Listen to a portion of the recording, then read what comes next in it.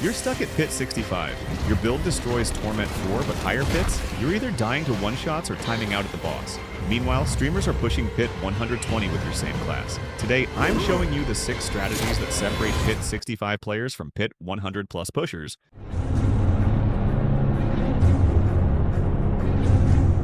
The real problem. Here's the thing most players don't realize. Pit pushing isn't about your build quality, it's about execution. You can have perfectly masterworked gear, max tempering, and still get stuck at pit 70 if you're not playing strategically. Every 10 tiers, the pit difficulty scales exponentially. Enemy damage spikes, health pools multiply, and timer pressure intensifies. What worked at pit 60 won't work at pit 80. The players pushing pit 100 plus aren't just running around killing everything they see, they're optimizing every single aspect of their run. Today, I'm breaking down the 6 core strategies that high-level pushers use. Master these, and you'll blow past whatever tier you're stuck on right now. Strategy 1. Map fishing and knowing when to quit. This is the secret that separates pit 100 plus pushers from everyone else. High-level pit pushing isn't about completing every run. It's about fishing for the perfect run and knowing when to quit. Here's the reality. When you see streamers clearing pit 120 plus, you don't see the hundreds of failed attempts. Most runs don't even get finished. They're fishing for the perfect combination of map, density, and boss. How it works. Enter a pit, check the layout immediately. Bad tile set with low density, just leave. Exit, start a new one. You're looking for open canyon layouts where you can pull huge mob groups together, corridors that funnel enemies into your AoE damage. These are gold. Cramped dungeons with tons of dead ends and small rooms? Leave instantly. Don't waste 5 minutes struggling through a bad map. Mob density matters just as much as layout. Some pit runs spawn high-density packs everywhere. Others give you 3 mobs per room spread across the map. If you clear the first area and it's empty, that's a massive red flag. The rest of the map is probably the same. Leave and start fresh. You're not looking for average density. You're looking for packed, dense, efficient runs. Timer management is critical. Test your build. Let's say you need 6 minutes minimum to kill the boss in your current tier. You reach the boss arena with only 5 minutes left. You already know you're going to fail. Don't waste time trying anyway. Quit immediately and start over. The same applies during mob clearing. 3 minutes in and you've only killed 100 mobs out of 270? You're way behind pace. That run is already dead. Exit and start fresh. Every second counts at high tiers. Boss fishing is the final layer. Even with a perfect map and perfect density, you can still fail if you get the wrong boss. Some builds need single target bosses with no adds to maximize DPS. Other builds need add-heavy bosses to proc their damage multipliers. If you spawn the boss and it's the wrong type for your build, you can quit before even engaging and try again. This might sound extreme, but at pit 110 plus, the difference between the right boss and wrong boss is a successful clear versus a guaranteed failure. This is why high-level pushing takes hundreds of attempts. You're not just trying to clear, you're finding that one perfect run where the map, density, mobs, timer, and boss all align. That might take 50 attempts. That might take 200 attempts. But when it does align, that's when you get the clear. Don't feel bad about leaving runs. It's not giving up, it's strategy. Every top pusher does this. Strategy 2. Death penalty and defensive layers. Deaths are extremely punishing in Season 10, and most players underestimate this. First death removes 30 seconds, second death removes 60 seconds, third death and beyond removes 90 seconds each. At high tiers, 2 deaths means you're timing out, period. This is why defense isn't optional anymore, what you need for survivability. Resistance is capped at 70% for all elements. This is absolutely non-negotiable. You're taking 70% less elemental damage when capped. Armor at 10,000 minimum, preferably 12,000 plus for most classes. One defensive aspect on your gear that gives you damage reduction, barrier generation, or damage absorb. This is your safety net. And finally, one emergency skill, your oh crap button, a skill that saves you when everything goes wrong. For sorcerers, that might be Frost Nova or Teleport. For barbarians, maybe Challenging Shout.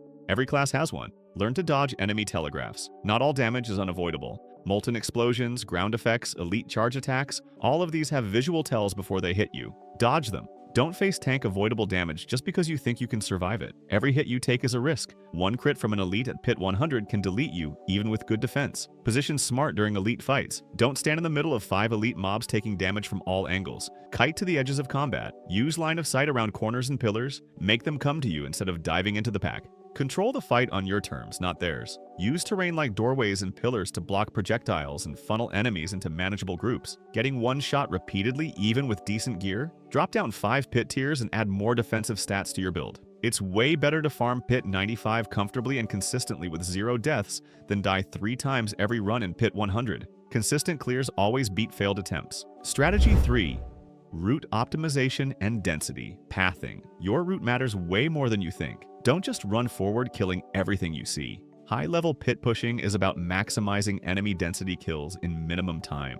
Efficient pathing is the difference between clearing in 8 minutes versus timing out at 10. Scan the layout when you enter. You're looking for dense packs of enemies, not individual elites scattered around. Your goal is killing 270 to 300 enemies as fast as possible to spawn the boss. Chasing 3 mobs across the map wastes precious time you don't have. Prioritize hallways and corridors over open rooms. Hallways naturally funnel enemies into tight kill zones where your AoE damage hits maximum targets. You're deleting entire packs in seconds. Open rooms spread mobs out, reducing your damage efficiency and forcing you to run around chasing stragglers. Circle back through areas you've partially cleared if you spot high-density zones. Sometimes the best route isn't linear. If you run past a packed room early because you were chasing something else, loop back and clear it. The time you save from density kills always beats the time you lose backtracking, but only do this if the density is actually good. Skip low-density dead ends completely. If you turn a corner and see 3 normal mobs with no elites and no other enemies nearby, just skip it. You're burning time for minimal progress toward your 270 kill count. Move on, find better density elsewhere. Learn tile set patterns. Pits use repeated map layouts from the campaign.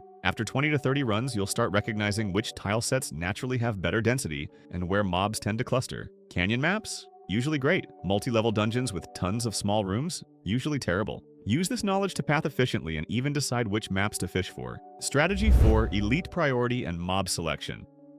Not all enemies are equal. 1 elite pack equals 10 to 15 normal mobs for boss spawn progress. Always prioritize elites when you see them, but don't chase elites across the map. If they're kiting you into low-density areas, let them go. Focus on stationary or slow-moving packs. Priority list: elite packs in high-density areas, number 1. Dense normal mob clusters, number 2. Isolated elites, number 3. Only if you're close. Scattered normal mobs, number 4. Skip unless desperate. Strategy 5: Boss kill optimization. The boss fight is where most runs fail. You can have a perfect map, perfect density, perfect mob clear, and still time out if your boss kill takes too long. At high tiers, you have maybe 4 to 6 minutes maximum to kill the boss. That's not much time. Pre-position before the boss spawns. When you're close to 270 kills, start moving toward the center of the map or an open area. The boss spawns near your location. If you're in a cramped hallway when you hit 270 kills, the boss spawns there and you can't dodge mechanics properly. Position smart before it happens. Know your minimum boss kill time. This is critical. Test your build at your current tier. How long does it take you to kill a pit boss? 3 minutes? 4 minutes? 6 minutes? If you need 6 minutes minimum and you reach the boss arena with only 5 minutes left on the timer, you're already dead. The math doesn't work. Quit immediately and start a new run. Don't waste time on a guaranteed failure. Assess the boss type fast. Some pit bosses are massive HP tanks. Some are mobile and hard to pin down. Some spam ads constantly. Your strategy completely changes based on what spawns. For high health tank bosses, dump all your damage cooldowns immediately at the start.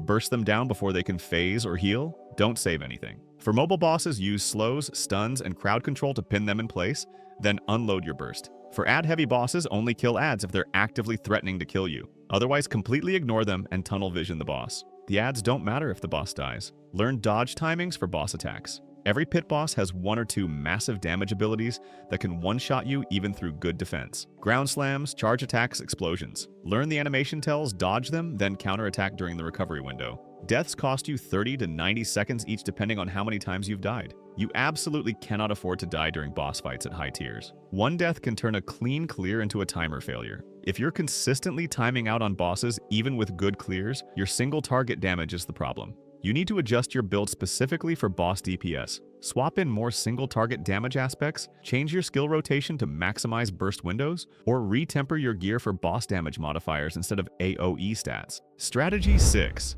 Cooldown management and burst windows.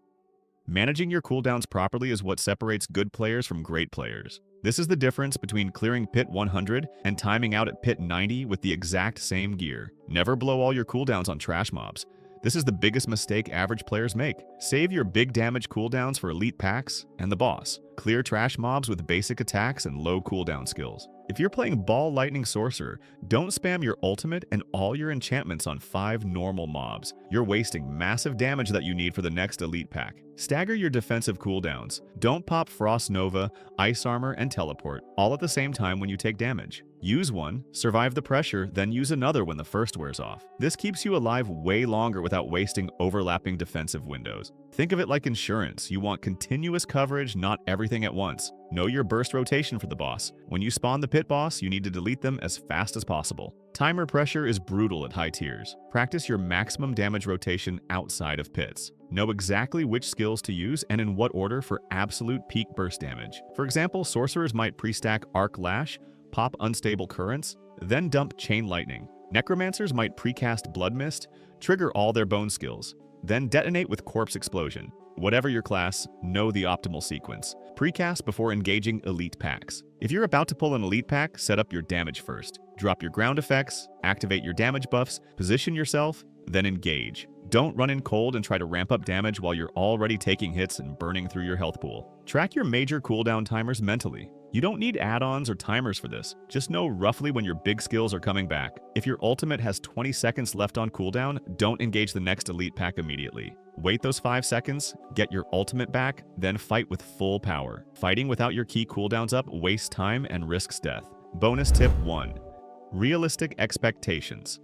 When you see a streamer clear pit 120, that's probably their 100th attempt, maybe their 200th. High-level pushing is all fishing. Most runs don't even finish. They check the map, quit if bad. Kill a few packs, density is low, quit. Wrong boss type, quit. This is normal. If you're stuck at pit 80, it's not just your gear. It's about fishing for that perfect run. Don't compare yourself to leaderboards. Those players have maxed gear in hundreds of attempts. Expect to be 10 to 20 tiers lower if you're casual. That's normal. Pit 80 is solid. Pit 90 is great. Pit 100 is elite. Bonus tip 2. Tier progression. Progress smartly. Clear with 2+ minutes left. Jump 5 to 10 tiers. Clear with 30 seconds to 1 minute. Jump 3 tiers. Clear with under 30 seconds. Jump 1 tier. Failed a tier. Drop back 3 to 5 tiers until your gear improves. Masterwork key pieces early. The power spike helps you push higher, get better loot, then masterwork further. Alright, that's your complete pit pushing guide for Season 10. Map fishing, death penalty management, route optimization, elite priority, boss optimization, and cooldown management. These 6 strategies separate casual players from high-level pushers. Remember, high-level pit pushing isn't about perfect gear. It's about execution, strategy, and putting in the time to fish for those perfect runs. Don't compare yourself to leaderboard players doing hundreds of attempts. Just focus on progressing consistently and pushing a little higher each session. If this guide helped you break through your walls, smash that like button and subscribe for more Diablo 4 Season 10 content. What tier are you stuck at right now? Drop it in the comments. Let's see if we can help you push higher. I'll see you in the next one. Now get out there and push those pits. See you in the next video.